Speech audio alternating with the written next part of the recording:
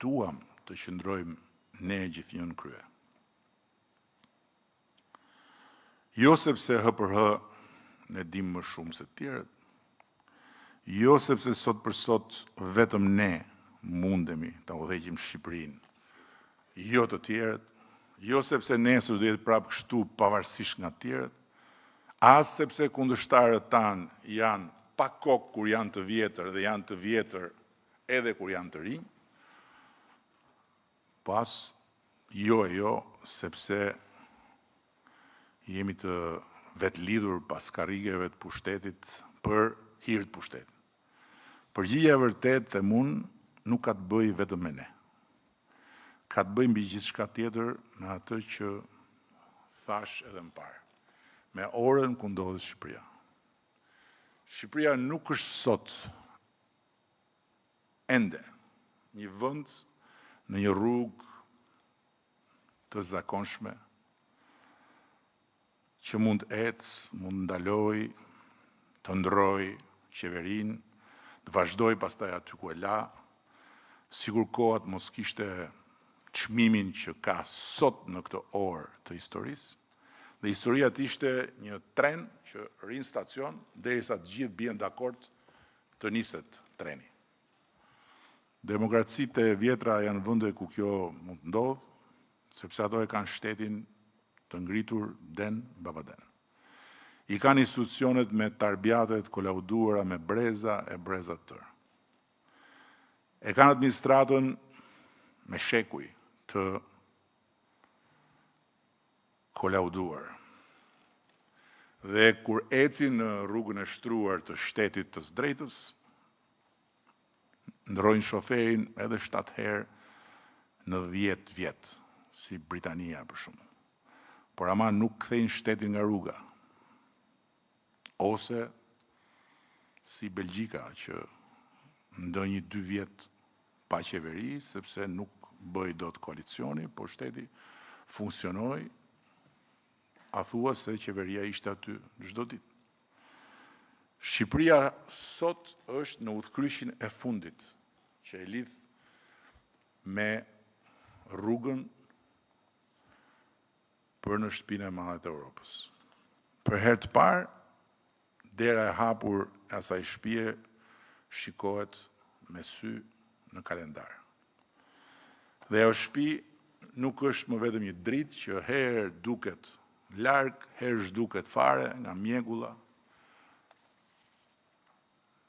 në përshtigjet e rrugës sonë.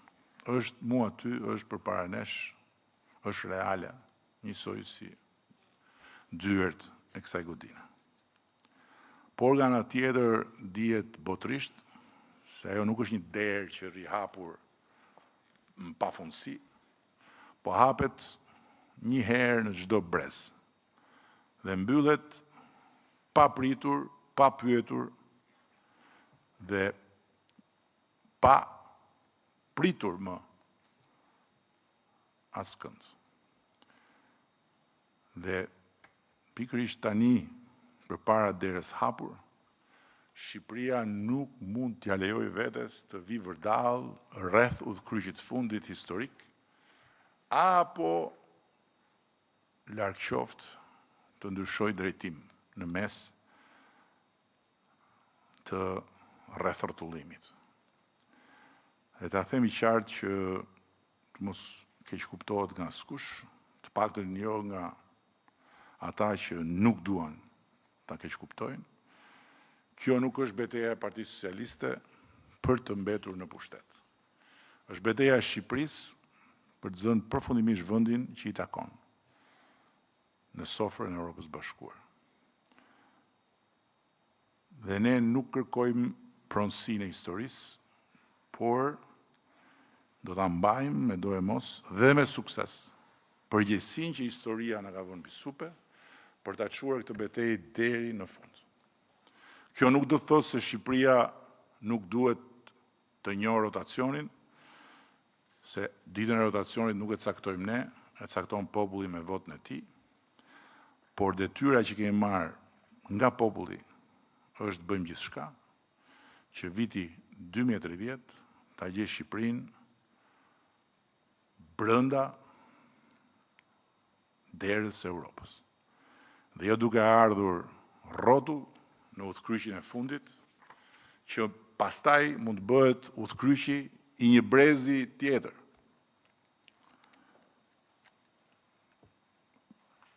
Është fare e qartë që ne nxorëm Shqipërinë nga një mungesë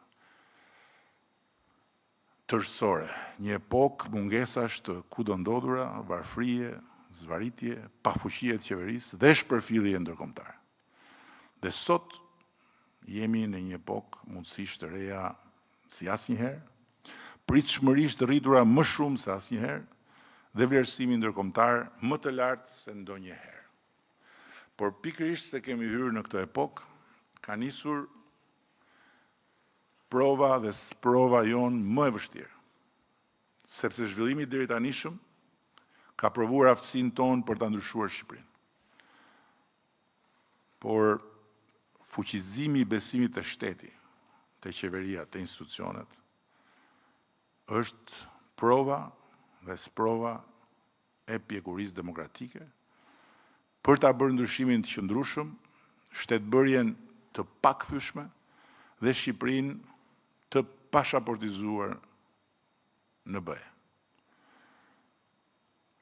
Prandaj mandati i katërt nuk mund, nuk duhet dhe ne duhet bëjmë çmos që të mos jetë zgjatimi aritmetik i 3 mandateve të mëparshme.